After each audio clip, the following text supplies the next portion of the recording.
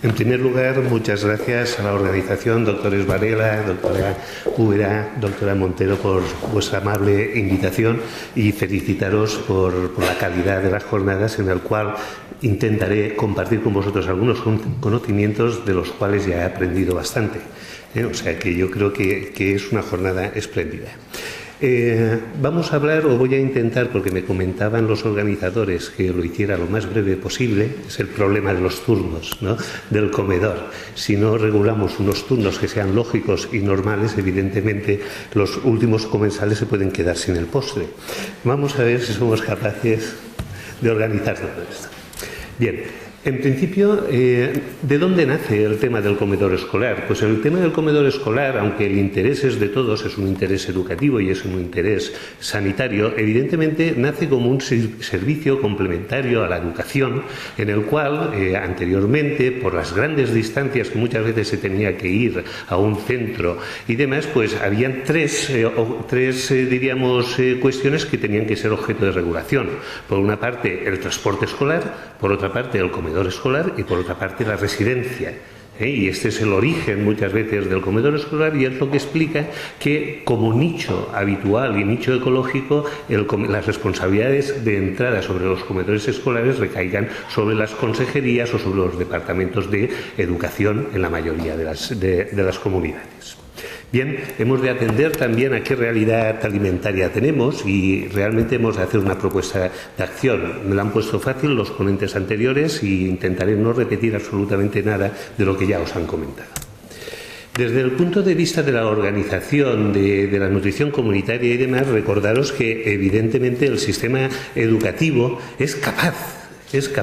de dotar de información, capacitación, de dar habilidades, de dotar de participación, de oferta alimentaria suficiente, de higiene alimentaria o oferta segura y de disponibilidad y acceso a los recursos alimentarios. Y desde ese punto de vista, en el complicado engranaje de todo este planteamiento de nutrición comunitaria, tiene un lugar, como veis, predominante. Dicho esto, comentaros que evidentemente tiene una obligación clara de formación de hábitos alimentarios. Y aquí todo lo que han comentado los ponentes anteriores pues tiene su verdadera validez. Potenciar una oferta apetitosa, entre otras, incluir alimentos de todos los grupos, variar la presentación o estimular el acto social de lo que sería el compartir una comida. Pero quizá la prensa a veces nos lanza noticias como esta. Tiene 2 añitos largos y nos dice, desde la Fundación Mediterránea, de Dieta Mediterránea, que un 23% de los escolares españoles no sabe qué gusto tiene un tomate. Esto realmente yo cuando lo leí, realmente se me pusieron los pelos como escarpias. Es decir, esto es una señal de peligro. Esto quiere decir que no estamos localizados en nuestro terreno. Si 1 de cada 5 niños no ha probado el tomate y no sabe definir cuál es su sabor, esto me preocupa. Pero no solo con esto la noticia nos dejaba tranquilos, porque además decía, y además un 32% no ha probado nunca las espinacas, el 23%, como os decía, el tomate, un 16% la cebolla, un 15% la naranja, un 21% las aceitunas negras, un 16% la zanahoria, un 26% los piñones, incluso un 23% el atún en conserva, que parece un recurso fácil para todos. Bueno, ¿qué tenemos? Vamos a ver.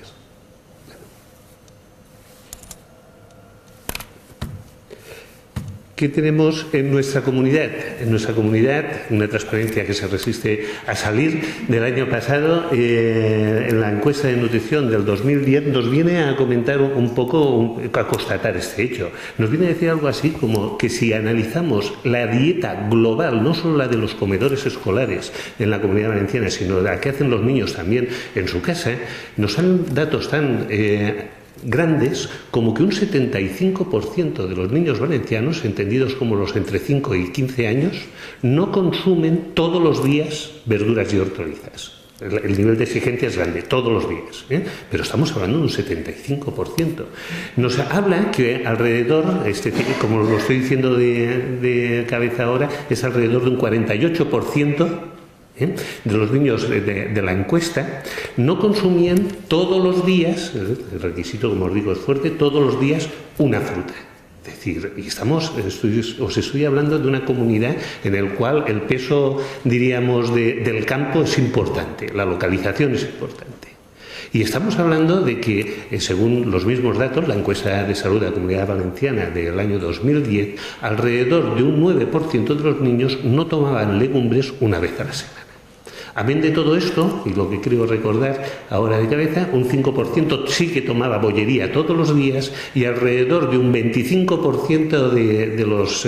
jóvenes de entre 5 y 15 años venían a hacer un consumo mayor de 3 veces a la semana de aperitivos, de snacks y de bebidas refrescantes. Ese más o menos era el resumen de esta transparencia. Bueno, pues algo deberemos de hacer, algo deberemos de decir. Queremos poner a los niños, después de esa seguridad alimentaria, de esa higiene, pues ponerlos sentados a la mesa de una manera, creo que tenemos problemas de incompatibilidad, interesante a la mesa. Bueno,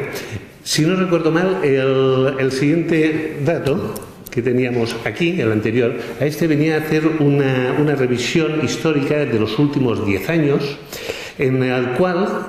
nos comentaba que si en la encuesta del 2010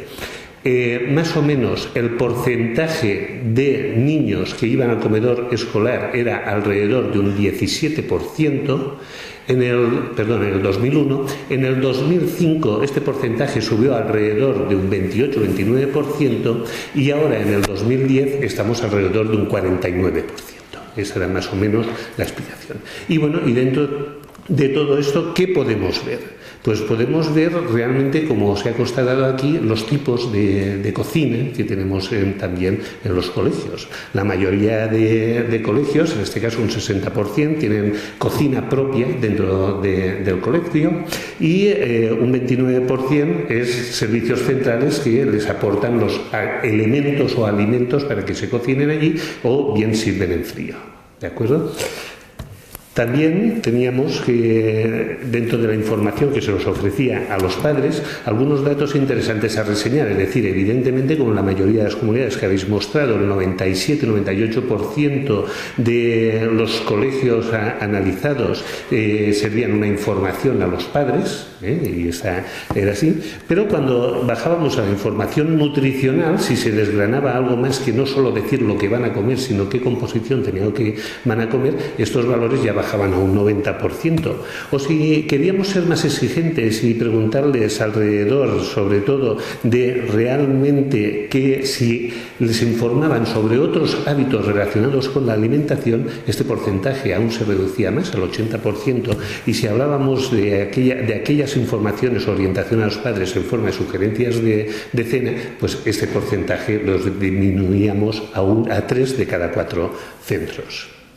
Bien, esto significaba también, evidentemente, que debíamos de comer de alguna manera buena, mala, regular. En el año 2007, en el curso de 2007, un poquito antes de involucrarnos también en los trabajos de AESAN para el grupo de comunidades autónomas de comedores escolares, un poco nosotros habíamos hecho ya trabajos previos y evidentemente son coincidentes con algunas de las aportaciones que se hicieron al grupo, con lo cual quedan reflejados y no voy a hacer más. Evidentemente partimos de que hay que hacer en la comida del mediodía un 35% del aporte energético y teóricamente diríamos de todos aquellos nutrientes que corresponden a cada uno de los grupos de edad considerados, sabiendo y siendo muy conscientes que esto es de enorme complejidad, porque por muy bien diseñado sobre el papel y sobre, diríamos, el tablero del dietista de los servicios que esté hecho un menú, en un momento determinado ese menú se traduce a cacerolas o se traduce a cucharones por comensal, con lo cual evidentemente todos los planes muy bien realizados pues muchas veces acaban con una buena voluntad del cocinero o de la persona que sirve la comida y calculando prácticamente de forma, diríamos, de vista la ración que le va a ser adecuada a cada comensal, y eso hemos de ser conscientes que crea también sus barreras, sus limitaciones y las dificultades en poder evaluar todo este tipo de alimentos. Nosotros, para evitar todo esto, hicimos un estudio no sobre lo ofrecido, sino sobre realmente todo aquello que se medía o se metía en los calderos, en la cocina de los comedores escolares. Retirábamos después todo aquello que sobraba de platos y demás, y hacíamos una imputación por número de comensales, y más o menos hicimos un poco los cálculos que habéis presentado también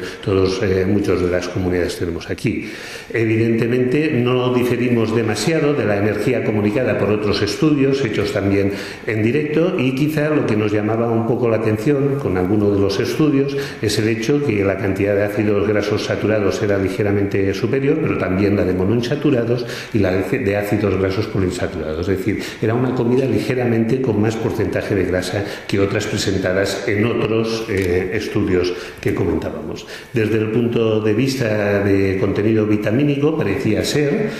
que con nuestra manera de evaluar, los contenidos en vitamina A sobre todo eran menores que los informados por otros estudios, o que la vitamina E era superior, cosa que nos apoyaba o decía de la importancia, sobre todo en nuestra zona, de la utilización del aceite de oliva que se tenía trabajando. Bien.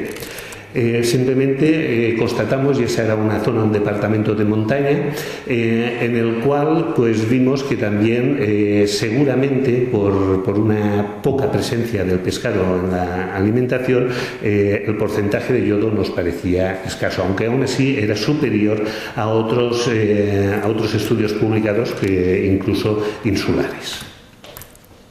Bueno, con todos estos requisitos y materiales, pues evidentemente se hizo un esfuerzo de sentar en la misma mesa a cocineros, profesores, a ERCOC, que es la federación de las personas dedicadas a la restauración y sobre todo que servían en comedores escolares, también a los dietistas, especialistas en pediatría, especialistas en educación,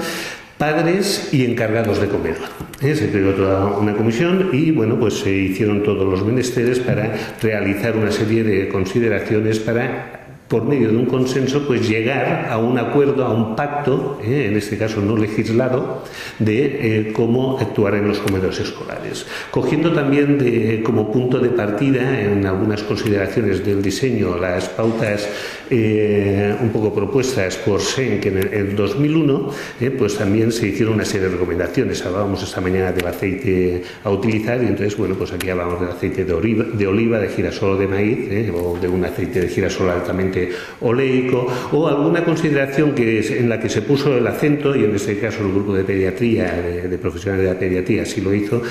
con la recomendación sobre todo de que no hacía falta que los niños se acabaran lo que supusiera en el plato. Es decir, era un cambio de orientación también, y era una idea, yo creo que es importante transmitir. Hay que comer de todo, pero no hace falta que uno se lo coma todo. Y normalmente en los comedores escolares estamos acostumbrados a todo lo contrario, que uno no se pueda levantar si no se lo ha comido todo. Nosotros un poco lo que poníamos acento es que debían de, al menos cuando formábamos a los orientadores del comedor, debían de haber probado absolutamente todos los platos. Esta era un poquito más la filosofía. Bien, pautas, raciones y demás. Nosotros también en su momento pues se trabajaron con unas adecuadas, que también cuando se hizo el consenso pues se aportaron, y en última instancia pues se tradujeron a través de los dietistas en raciones, porque había que dar una serie de recomendaciones, no solo en porcentajes o en número de raciones a lo largo de la semana, que quizá una cosa y una idea que por cómo se organiza allí el comedor escolar es interesante. Hacíamos unas pautas que dábamos unas raciones de semanales mínimas y máximas, pero también atendiendo que el menú escolar es un menú de días lectivos, viene a ser de 20 días a la semana, y es como habitualmente presentan los menús todas las empresas, pues les dábamos unas pautas también de carácter mensual lectivo. Desde este punto de vista se hizo su traducción a gramaje para cada uno de los grupos de edades, se hicieron algunos menús también ejemplo y evidentemente todo esto tenía que traducirse en algo y para traducirse en que se pusiera a la mesa todo ello debíamos también realizar una recogida de datos para ver el cumplimiento que se hace de todo esto. En estos momentos, por una serie de cambios de legislación que hubo hace 2 años en la Comunidad Valenciana, que luego se retiró y demás, pero bueno, está paralizado un poco el siguiente paso que se quería dar, pero para todo esto se hizo una formación de lo que eran el personal de cocina y el personal de los comedores escolares, se hizo una formación de lo que eran los sanitarios encargados de la inspección de seguridad alimentaria para que recogieran también datos y se hizo un acercamiento sobre todo con los consejos escolares para que la comisión de comedor junto con el responsable de comedor en las escuelas pudieran complementar una serie de parrillas que teníamos de 2 tipos. Una que era la teórica, porque existe obligación al inicio del periodo lectivo de presentar todos los menús del año ante la administración, pero esto es un vaciamiento de papel, lo cual podía ser real o no real, y después que era el menú escolar propuesto, pero después al consejo escolar, al grupo de comedor, se le pedía que hiciera realmente de visu el vaciamiento de las parrillas para que evidentemente se cotejara si esas raciones cumplían esa variabilidad que se tenía. Desde este punto de vista, bueno, pues estas son las fichas que se adoptaron, muy parecidas a algunas que se han presentado esta mañana, y con esto es realmente lo que se ha estado trabajando. Se ha estado trabajando con esto, pero quizá lo que es importante es ver que de aquella primera entrevista o cotejamiento de valores que se hizo, que puede ser, para que os pongáis un poquito en antecedente, en la gráfica de arriba, aquí he seleccionado 4 o 5 nutrientes solo. Y lo que significa la gráfica en definitiva es aquella gráfica que tiene el cuerpo más ancho, que la longitud del cuerpo es más ancho, porque aquí estamos evaluando 5 menús para cada una de los colegios, que son los que están nombrados de 1 a 25 bajo, 5 menús a lo largo de un mes. Con lo cual, por ejemplo, si veis el que hace el número 14, que lo veis muy estrechito, o el 19 o el 20, quiere decir que los 5 menús suelen ser muy parecidos, si no muy repetitivos. Y eso nos da también una idea de la variabilidad o dispersión, y en este caso la variabilidad alimentaria que tiene. Pero esto también tiene su cuestión en el cotejamiento de que la variabilidad en proveer cierto tipo de nutrientes a los comensales es muy variable y depende del día de la semana. Esta variabilidad se aumentó a lo largo de lo que fue el curso siguiente, de iniciarse toda esta estrategia que estamos diciendo, pero lo que sí que vemos también es que están los valores por encima, esta vez, ahora sí, porque lo que intentábamos es que se cubrieran no solo las necesidades de los más pequeños, sino de los más pequeños con menos necesidades, y en este caso eran las pequeñas por cuestión de talla y sexo, después también de los diferentes grupos de edad. Por eso veréis diferentes fieles que poníamos el mínimo y el máximo, donde intentábamos que fuera a parar la mediana y la media de estos menús. Pero simplemente para que podáis seguirlo, lo que sí que constatamos es que a partir de haber hecho esta estrategia de consenso y trabajo con todas las partes, pues en los nutrientes críticos que habían salido problemas, en todos ellos pues salieron mucho mejores los resultados. Es importante saber que todo esto, pues realmente como iniciativa y como estrategia en este departamento, que fue un departamento piloto de trabajo, pero un departamento con 25 colegios públicos o concertados, es decir, que cogíamos los 2 tipos de modelo, realmente la acción se hizo a través de los técnicos de salud pública, y los técnicos de salud pública se desplazaban, una vez leídos los menús de todos los centros, se desplazaban y hacían una jornada de formación con cocineros y aportación e intercambio de ideas de cómo mejorar las actividades que, cuando eran los alimentos venidos de fuera, cómo podían tratarlos para que mejorara la calidad y tuvieran una menor pérdida de nutrientes. Quizá para que veáis que realmente tampoco muchas veces hace falta grandes, gastos y se puede ser eficiente de otras maneras, aunque, como os digo, es decir, esto fue una primera aproximación, estamos en ello y después de los trabajos que se han hecho, evidentemente, con el grupo de comunidades autónomas, esperamos que este año 2012 podamos hacer una adaptación aún más profunda de lo que es la guía orientativa, que es en la que se basa educación, que es la que nosotros les proveemos, pero un sistema también que sea un poco más profundo de control, como algunos de los casos que nos habéis presentado. Hasta aquí, un poco por las prisas y premuras, sería lo que quería contaros, y simplemente como epílogo y al hilo de esta mañana que comentábamos si una alimentación más cara es mucho mejor, es mucho peor, o si la alimentación saludable es mucho más cara, simplemente 4 ejemplos de Hungry Planet, del fotógrafo que ha logrado reunir en su libro el consumo semanal de diferentes zonas del mundo, para que veamos que, bueno, por la alimentación semanal de una familia de 4 personas en Alemania, en este caso, pues tiene una gran cantidad de alimentos procesados y tiene un coste calculado de $500.